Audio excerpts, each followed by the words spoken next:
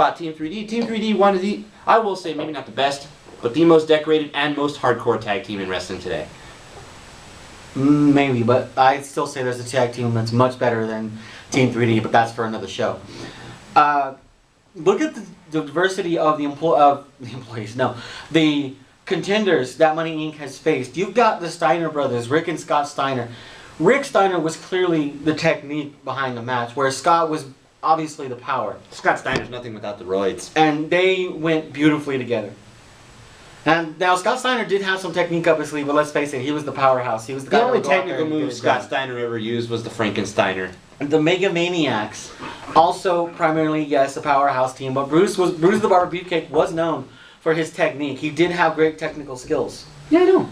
And of course, the flat-out brawlers, apart from LOD, that Money Inc. has faced is the Natural Disasters, as they relied on their mass to win a lot of their matches. I mean, who's going to move something that weighs 300 and some odd pounds sitting in the ring? The Natural Disasters had a combined weight of easily 850 pounds. Well, I know, and that's valid. That's a very valid point. But my point is, yes, the Natural Disasters were flat-out brawlers. Yes, the Mega Maniacs had some technical skill. So did the Steiner brothers. But think about it, all those tag teams pretty much looked the same. Motor City Machine Guns were small. Beer Money's knocked off big guys. Beer Money's knocked off little guys. They fought every kind of tag team that's out there. They fought high flyers. They fought brawlers. They fought hardcore tag teams. They fought technical tag teams. Bobby Roode actually put Ric Flair out of business for 2 months with a shoulder injury from a Jujikatami armbar. How many people can say they put Ric Flair out of business for a couple months? Well, not many. But even though he's an old greasy bastard. We're also looking at two different eras here, because I'm looking at back in the old WWF days, the good old days. And that's back when wrestlers were huge and they were big and muscular and just... And there was no limits on they looked like they could pop your head with an arm. I mean, it was nothing. It was like, wow, they just do it, you know? But, and then nowadays, yeah, you got the little guys, the high flyers, the technical wrestlers. You know, none will ever be a greater technical wrestler, in my opinion, than Bret the Hitman Hart, but again, that's another show. I just think that Money Inc. has the size advantage and they've got the cohesiveness together. They work much better as a team together. Now, if it's the heel version of Money Inc., that'll be a heck of a lot better match. Beer Money, you mean? Beer Money Inc., that's going to be a heck of a lot better match. I think the tactics are going to be a lot better for that one. Both teams are not afraid to employ underhand tactics, distracting the referee. Of course, Beer Money's manager, Jacqueline, wasn't afraid to get up in his face, literally. Yes, they both can. Okay, yeah. Just to point out, they both had a manager at one point.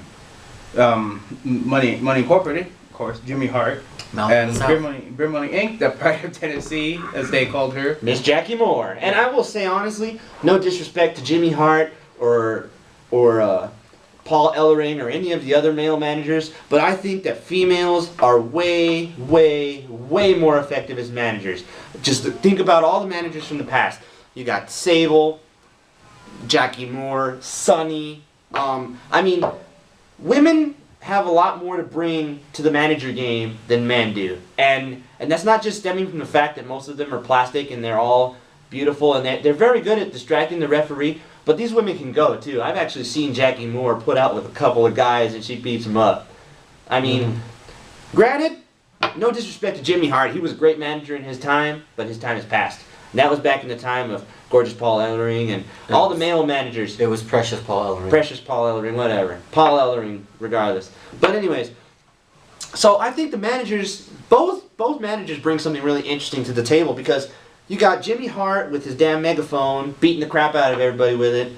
But you got Jackie Moore with her huge assets, always distracting the referee. You know, I mean, honestly, what it really comes down to, I think, would be the fact that the Pride of Tennessee has a lot more to offer the ref than Jimmy Hart does. If the referee went for such things, but, you know... They all do, buddy.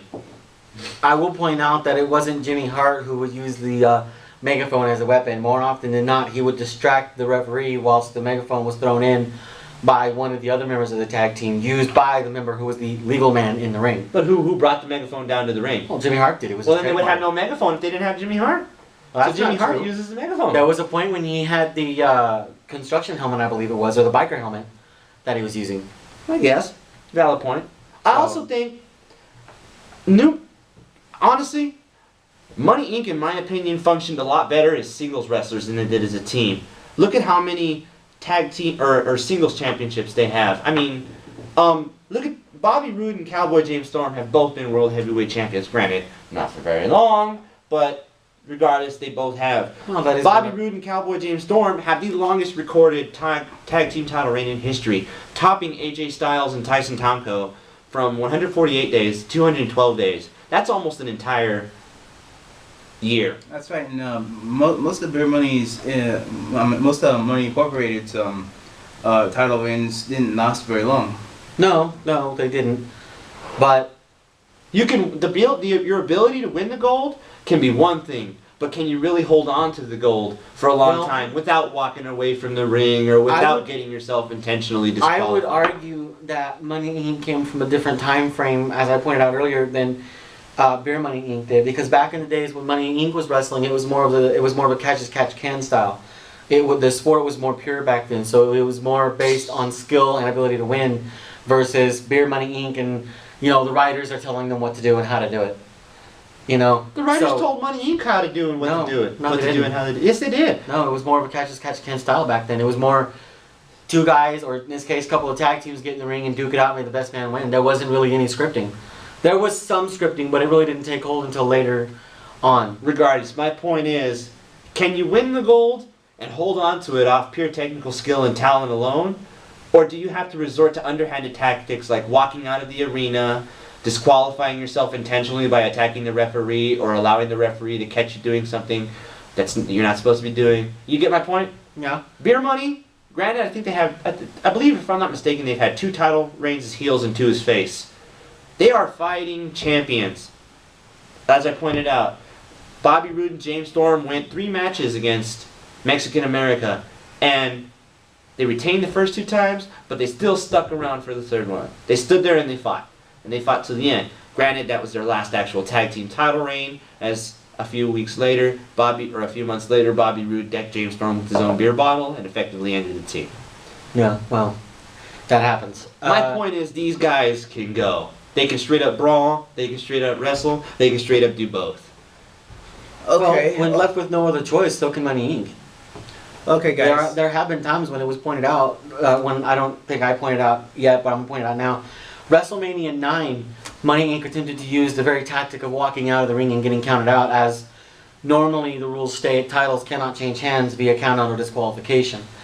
In this particular instance, however, the referee overrode that rule and said that if Money Inc. continued to walk away and was counted out, they would in fact lose their titles. Yeah, as a matter of fact, that's pretty much the same stipulation they put to Money Incorporated when they lost the tag team titles to Steiner Brothers. Yes.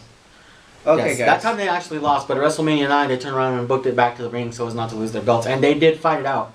Okay, I think guys. they still lost, but it was a great fight. We're gonna have to leave it at that, guys. So, our time is up, and I think you guys made your cases very clear here. For all you viewers, look it up. If you watch the video, leave us your thoughts on who you think will win. Would it be Beer Money or would it be Money Inc.? Leave us your thoughts. Let us know what you think, and we'll see what happens.